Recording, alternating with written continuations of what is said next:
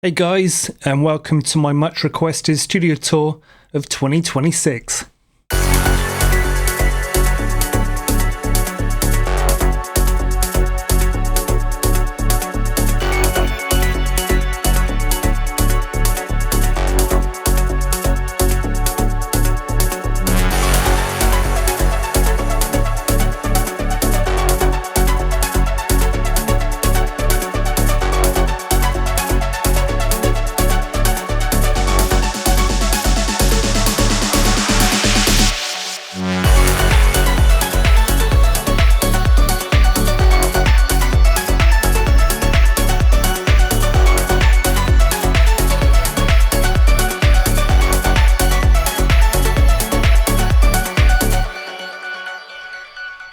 So welcome to the studio.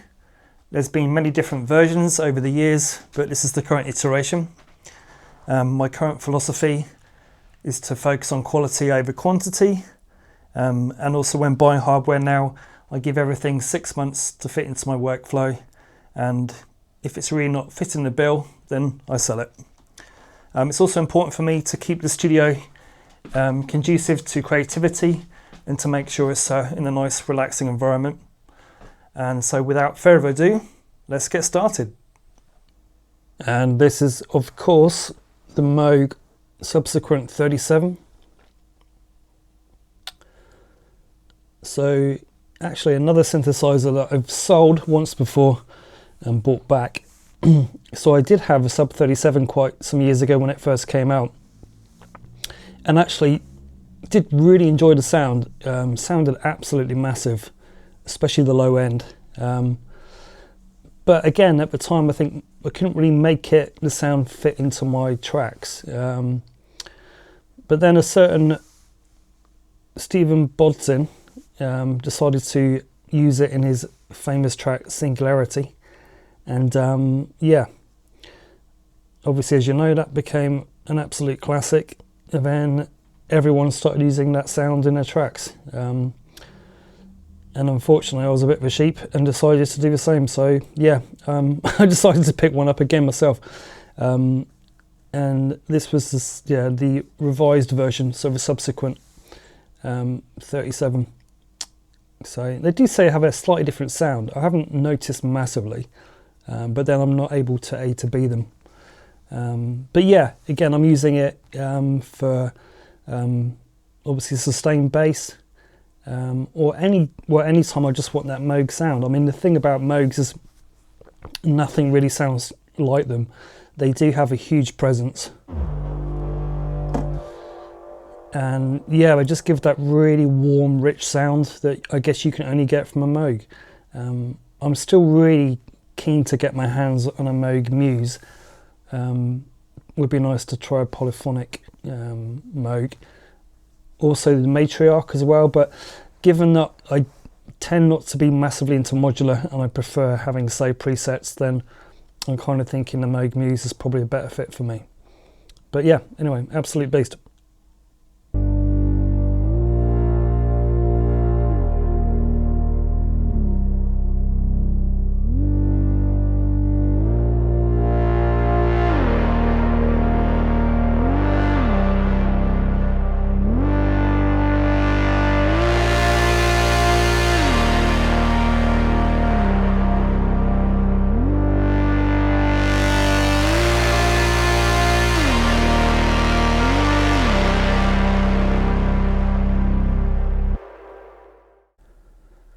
So this is the amazing UDO Super 6, and I've had this for a couple of years.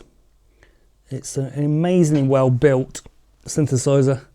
It's all metal, everything feels absolutely solid. All the faders have a really nice action, no wobbleness, no wobbling on the knobs. And yeah, I guess it's like not a modern day Jupiter 8, but obviously, I think that was inspired by the way it was designed. But yeah, really rich sound. So it's a hybrid synthesizer. Has FPGA oscillators with an analog filter. And yeah, has a couple of effects, a delay which actually is really lush, 2 choruses like the Juno, and I guess its biggest trick is the binaural aspect, which basically splits the voices in the stereo field, and you can really play around and modulate that stereo field either on the VCA or the filter. So yeah, it gives that kind of unique sound. I'm mainly using it for pads and keys, especially pads. It's just got a really rich sound. And actually, being a bit of a trance head, the Super Saw is quite impressive as well. So that's a really nice feature. But yeah, I actually had, weirdly, I bought the UDO Super 6 in black. Then I decided to save some money, sell the keyboard version, get the desktop. And then, as always with these things, I got the desktop, and then of course I missed the keyboard. But I'd always wanted the keyboard version in white. So yeah, so anyway, here it is.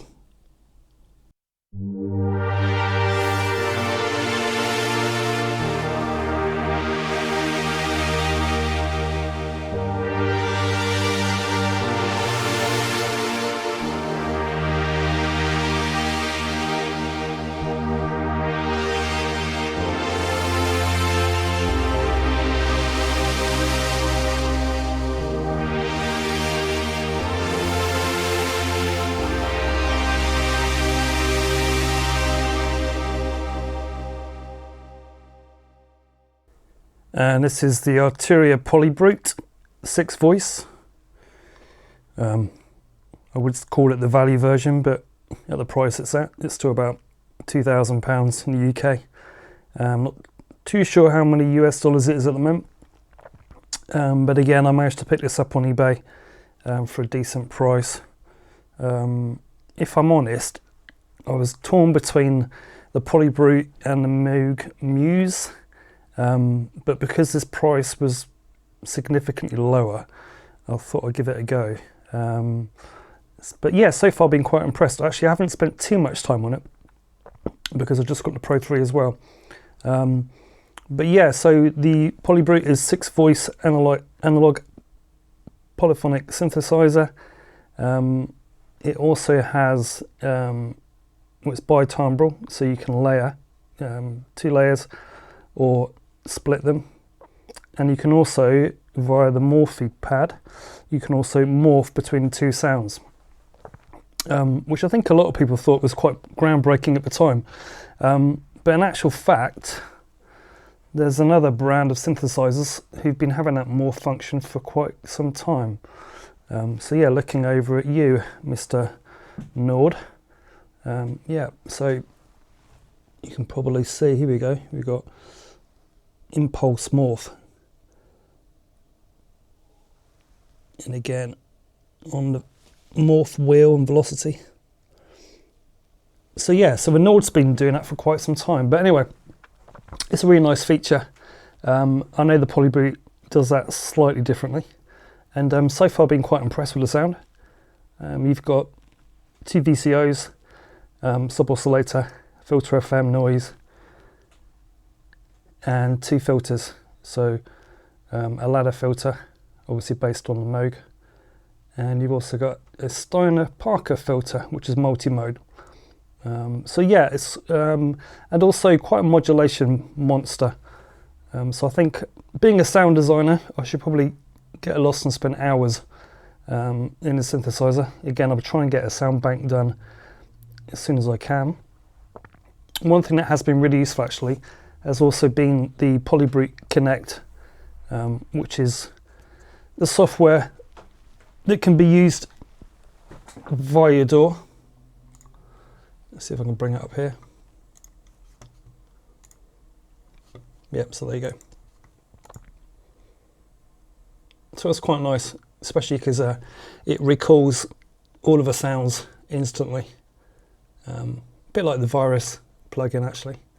So yeah, so anyway, so looking forward to get to know the Polybrute a bit better.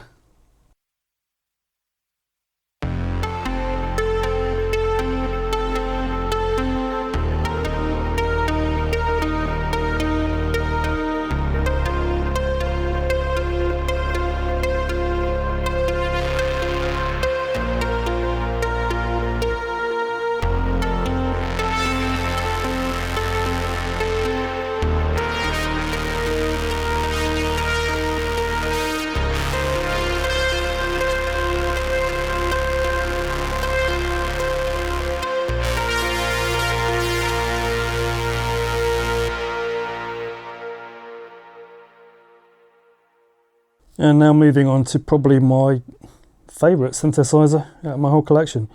So the amazing Oberheim TEO-5. I got this pretty much as soon as it came out. I'd always wanted a sequential OB6, but I didn't really want to spend that much money. So when this came out and I've heard comparisons between the two, I thought, why not? Let's pick one up. And yeah, really impressed. There's something about the SEM filter which is just gives it a little different sound to everything else I've got. It's amazing to crank the resonance on that and just sweep it, as some of the presets show you when you actually pick up the synth. It's also got a great interface, really easy to navigate around, and in fact, same as any other sequential synthesizer, very, very similar in the modulation matrix and the way you select source and destination. Yeah, it's just, I think it's one of my most popular sound banks I've created. The sound it creates works really, really well for progressive house, progressive trance, also melodic techno. It's got some really nice airy leads, and it's just, yeah, every time I turn it on, I'm normally really creative. I managed to pick up or managed to create a new sound or come up with a new idea for music production, and yeah, it's really recommend it. And in fact, even the effects are not too shabby either. I think that's also another reason I want to pick this up and not one of the originals, as in the Sequential Pro 6, sorry, Prophet 6 or OB6, because I know the effects weren't too fantastic on those. But yeah, these are really usable, especially the BBD or Bucket Brigades delay, and even the reverb's not bad either.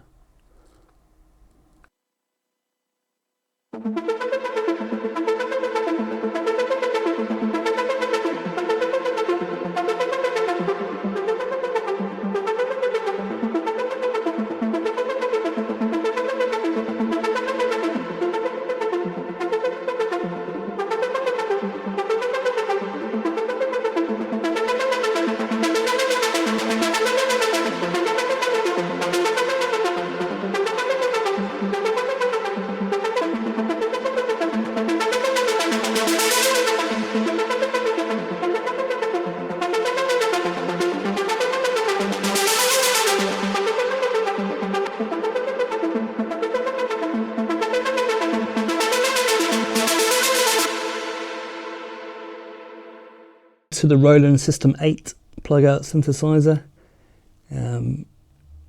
So I'd basically gone down a path years ago of essentially having all of the Roland era gear. So I had the MX1, System 1, TR8, TR8S, and the TD3 I think it was.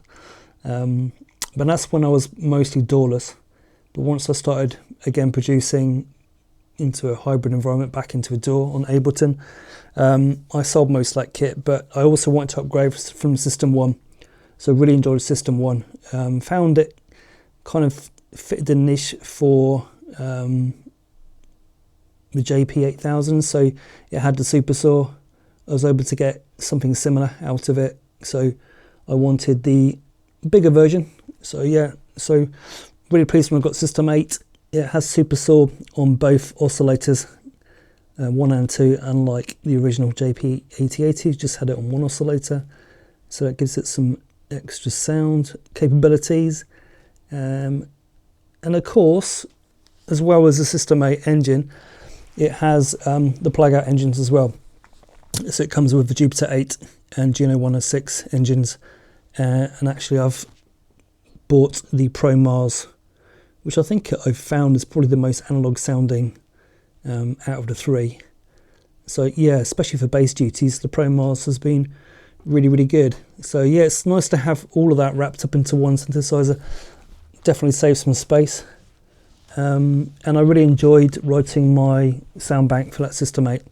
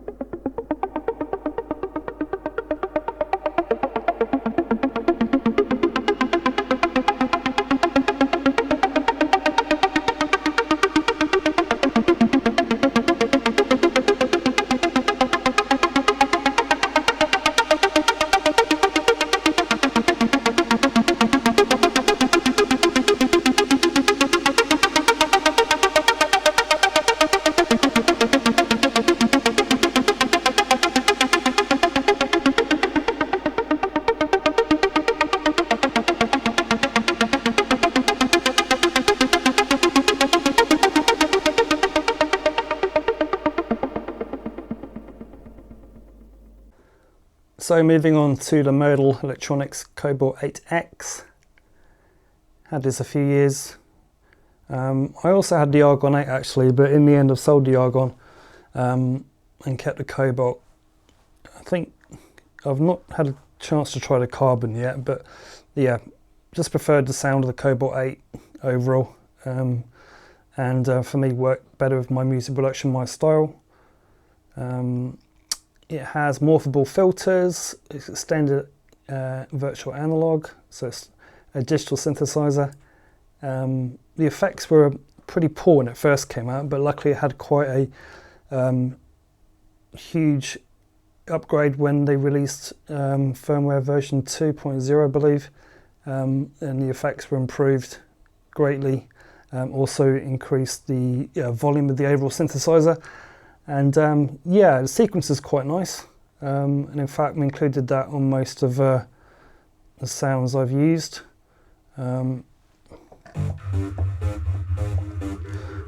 It's got quite a nice stereo width to it, and what I will say actually is the app. So the actual app that connects via USB is insanely good. So especially if you have it right underneath your screen, it makes it easy to see all the different menu functions, and yeah, and very, very easy to drag and drop preset sounds. So I wish more companies would be as good as Modal Electronics when it came to their software. Also has a similar sound to an Ovation Supernova. Not exactly, but gives that kind of vibe. Or maybe it's just the fact it's blue. But yeah, it's like a modern day Supernova.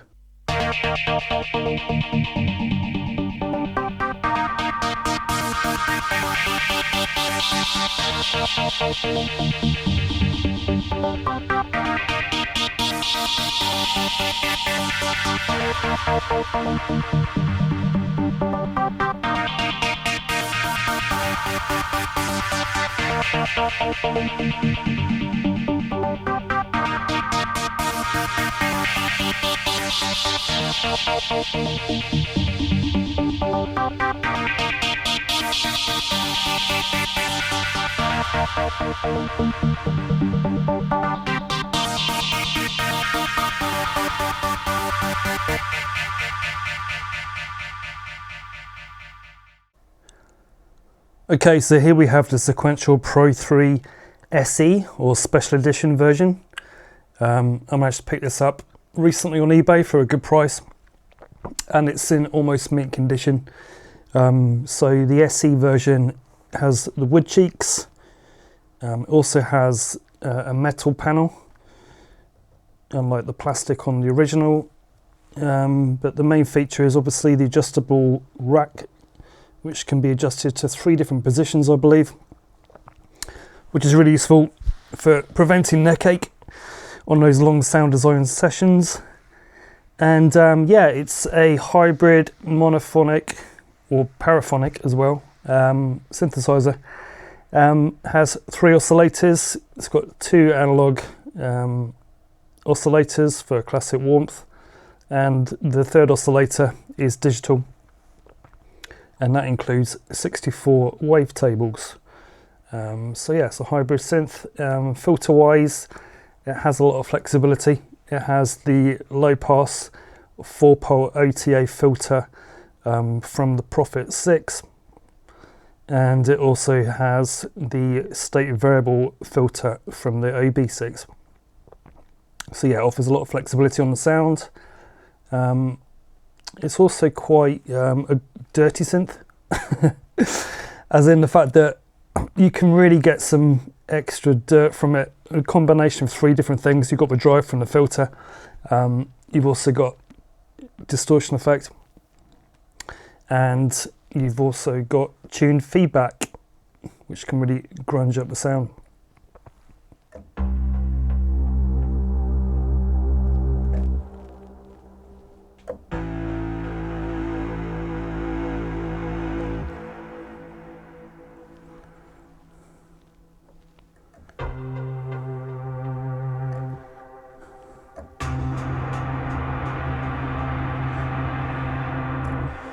Yeah, so you can get pretty crazy.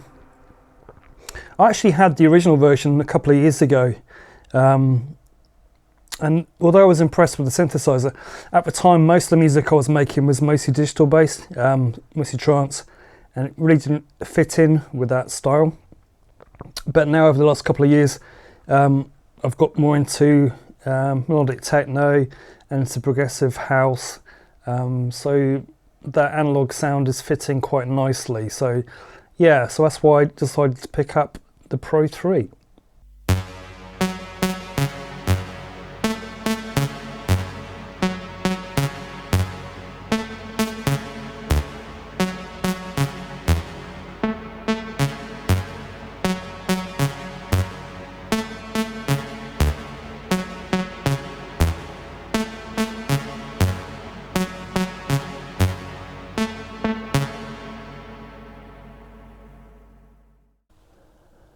And here is the absolute classic, the Access Virus TI Polar in the amazing white. I've actually had, I'm trying to think now, I think I had the Virus B when it first came out. I've had the C, and I had a TI2 desktop. I think I was actually after a TI2 Polar, but then this came up at a good price on eBay again. And in actual fact, most of the time I didn't necessarily need the extra grunt or extra horsepower of the TI2, so the TI, yeah, does the job. Again, fantastic synthesizer. I think between this and the JP-8080 or JP-8000, probably the most used hardware synthesizer for trance. And even now it still sounds incredible. I've got countless amount of patches for it. It's just an absolute absolute workhorse. And yeah, it's just even obviously we've got the usual suspects, Osiris, Nos T-Iris, VSTs. It's still really nice to have the original hardware. As you can probably tell by now, I do like to get hands-on with a synth. But yeah.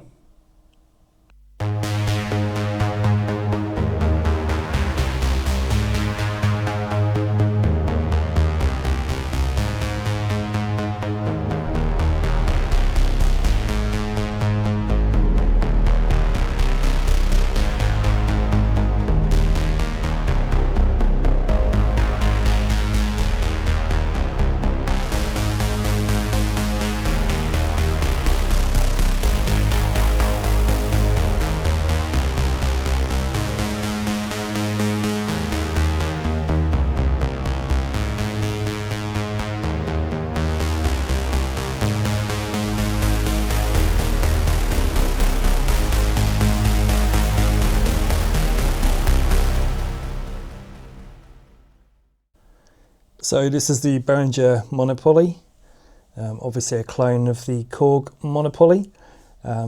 So yep, a monophonic and paraphonic synthesizer with 4 VCOs, all identical, and can sound pretty fat if you detune those and have them in unison.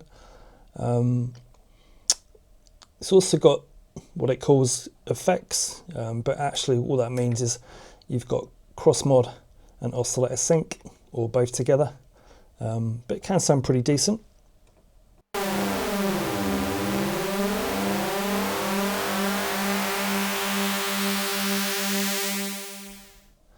But yeah, I had this and the Poly D. I decided to sell the Poly D when I bought back the Moog Sub37, thinking it might be surplus to requirements, but I must admit I actually miss the Poly D. So I mean, there's nothing wrong with the Monopoly, it just doesn't really fit. I think it doesn't fit my style of music so well. So yeah, it's been sat there not doing much recently, so I think I'm going to sell it, probably buy back a Poly D again. So this is the Behringer MS1 MK2 in grey. Actually got this as a birthday present from a girlfriend. And yeah, it's well, as you probably know, it's basically a clone of a Roland SH101, which is an absolute classic from the 80s. It's just quite a simple synthesizer, monophonic synthesizer, one oscillator but multiple shapes, one envelope which has to be used for both the amp and the filter, and just have a nice sequencer though. Actually, the sequencer's really nice on it, and yeah, some extra functions for glide. I know they've also updated the glide function that was missing from the original Mark 1, which I also have actually in red somewhere. And yeah, it's a great synth for bass, great for trance bass, also really good for if you want a sort of a poor man's 303 with the filter with some resonance. It's actually pretty good. In fact, a lot of psytrance or goa trance was using an SH101 as a kind of 303 sound or acid sound at the time. But yeah, for about a couple of £100, it's an absolute steal really. And these are my Behringer TD3 twins. So I've got the original on the right, and on the left I've got the TD3 MO, which is the modded out version, which I believe is a clone of the Devilfish mod on the original Roland TB303. And yeah, they sound fantastic, must admit. They sound really great in the mix. I mean, I've never heard the original, but very impressed. The only thing that was slightly disappointing on the modded out version is the lack of a distortion, because a distortion really makes a sound, I feel. So I don't know if I can possibly take the sound out of the modded out and feed it into the audio input on the original. Might have to give that a go at some point. But yeah, for the money, incredible boxes. So this is my main interface. This is the SSL-18. I think I've had this around 6 months now. Just after, I think Julian Krauss reviewed it and seemed to praise it quite highly, I picked it up. It was either, at the time, I think it was between this or the Mo2 and possibly the Arturia.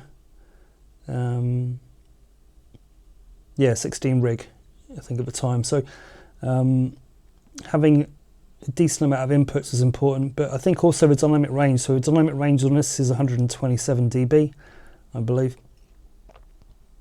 Or is it? No, sorry, 125 dB. The actual right beneath it is actually the Antelope Discrete 8, which actually has a higher dynamic range, has 130 decibels. But unfortunately, I just don't get on with the software. And in fact, one of the reasons I picked up the SSL-18 was I was really trying to get loopback working for doing some live streams for Ableton. And no matter what I did with the Antelope, I just struggled to get that working. The other interface I have, I'll show in a minute, was obviously I've got a Mo2 Ultralight Mark 5, and as soon as I used that as my main interface, I got the loopback working in no time at all. Unfortunately, with the Mo2, which is buried over here in the corner of the studio, yeah, literally, if the Mo2 had actually had more inputs or allowed me to have double ADAT ins, in other words, more than 16 ins, and I would have used that, because actually the Mo2 Ultralight has been fantastic as an interface as well. But I needed something with dual ADAT ins, which could actually handle more inputs. So as you can see here, well, not that you can see very well, but I can now have up to 24 analog inputs. So obviously, when you have this many different synthesizers and you have analog jacks, then I needed a decent amount of inputs. So I think that's also why I was interested in the Arturia 16 rig as well. But yeah, I think also I quite like the idea of having a slightly coloured sound using the 4K mode on the SSL-18. And it was also quite a decent price. I think I picked it up for 700 as B stock, 700 UK pounds. And sitting right above the Motu Ultralight, if you can see, is the IK Multimedia Arc Studio, and that's my advanced room correction system. And I must say, it's been absolutely brilliant. Made a huge difference once I turned on the room correction. In fact, as you can see from the graph, so I had a horrible resonant peak around about 120 Hertz, which I believe is probably caused by the fact that my monitor speakers are not pushed up right against the wall, which I'd like to do, but unfortunately, because I've actually got a main window right behind the desk, I need to access that, and if I push the desk right back, I wouldn't be able to do that, wouldn't be able to get to the window at all, so that's as far back as I can get the desk. I've actually got, as you can see, some bass traps in the corner, which come from Blue Tone Acoustics, which are actually really nice. They're 10 centimetre thick. I'm sure I could get something thicker, but we do a decent job. So you've got two of those in the corner. That did make quite a difference. But yeah, really the Arc Studio probably made a bigger difference. As soon as I turned that correction on, suddenly I could hear all the low end in my mixes. And obviously one of the benefits of the Arc Studio is, unlike SonarWorks being software, it's just a matter of setting the correction up, sending a file to the hardware, and that's it. There's no software at all, so that just basically sits between my interface and the monitor speakers and just applies the EQ. So really it's a set and forget. And this is of course the absolute classic Roland JP-8080. I'd always wanted one of these, being the fact that I absolutely love trance, and essentially this is the trance machine, or the original. This is the original Super Saw box, and yeah, I managed to get this from someone in Spain actually. They said it had been sat in a box for about 20 years now. I don't know whether to believe them, but what I will say is it looks like brand new. It hasn't got a single scratch on it, and I'm quite fussy. I did take the rack ears off, so they're sat in the box in the loft at the moment, and yeah, it's been absolutely brilliant. And obviously at the moment you've got the usual suspects, JE8086 emulator, which sounds exactly the same, but it's just nice to have the hardware, and a bit of, a bit of history. It's obviously a lot of nostalgia, given the fact that this box inspired the sound of trance in the late 90s, early 2000s. And yeah, it's great to actually have a bit of hardware, a bit of trance history sat on my desk. And on to the Nord Lead 4. I think I've had this about 10 years or so. In fact, whenever it first came out, I think I bought it immediately. I was actually in Absolute Music and I wasn't even looking at a Nord. And then they had one out on demo, put the headphones on, and literally before I knew it, I think I spent an hour and a half playing on the Nord, and then yeah, out came the credit card, and yeah, it came home with me. And yeah, I think it's, I don't know, the sound just fitted with what I needed at the time. It can be quite gritty. It's got some nice drive functions on the filter. It's also got a drive effect, and it's got a really nice implementation of FM. It's just dead easy. You literally just choose the FM at slightly different frequencies, FM1 being slightly lower, FM2 sort of more mid-range, FM3 slightly higher, a bit like key tracking, and then dial it into suit, but it can really gritty things up. And yeah, I tend to be using it mostly for mid basses. So for mid basses, gritty mid basses, it just sits really nicely. It's got not the hugest amount of bass for a synthesizer, but it does fit in the mix really well. And it's also, as an interface, still probably one of the easiest user interfaces I've ever used on any synthesizer. Yeah, it really is. That is saying something because I've played on quite a few. I did actually have a Nord LYD 2X for a while, but there was a lot of crossover, and I did actually prefer the sound of a Nord LYD 4. And I've also had a Nord LYD 1, and that was really quite impressive. That was a Nord LYD rack. The FM on that is even more dirty. A lot of people do say that the original Nord LYD has got like the grittiest sound, or the sort of the strongest sound. Yeah, I think I do agree with that, but the Nord LYD 4 had a bit more flexibility. I've also had a Nord LYD A1. I had that as a rack to compare. And even though I do miss the effects from the A1, I think as a sound design box, this again has got a bit more flexibility. It's not so hardwired on the oscillators as the A1. And again, the FM implementation is amazing. Yeah, so anyway, great synth. So for acoustic treatment, I've got these bass traps from Blue Tone Acoustics. I think they're called Slat Abfuser. Be careful how you say that. And they go down to 70 Hertz, I believe. So I've got a couple of those. And yeah, they're 10 centimeters thick, and they offer a combination of absorption and diffusion. And yeah, for the money, really impressed actually. Although I probably need to pick up some of their bass tubes, which go down to 50 Hertz.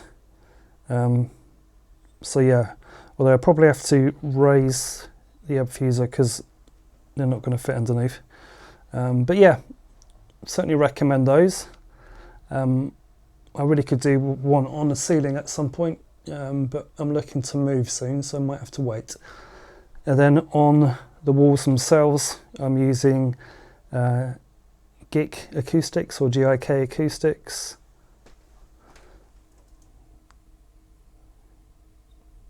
So I think they're 6 centimeters deep,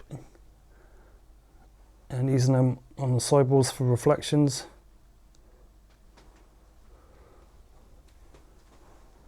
And yeah, been impressed with those also. It's always difficult to know what colour to get. I thought black would be a bit too gloomy for the room, so I went with white in the end. But yeah, looking pretty good. And just above those for lighting, I'm using Govee lighting. So I think they're Govee glides, which are really flexible lighting solutions. You can pretty much choose and modify any part of the light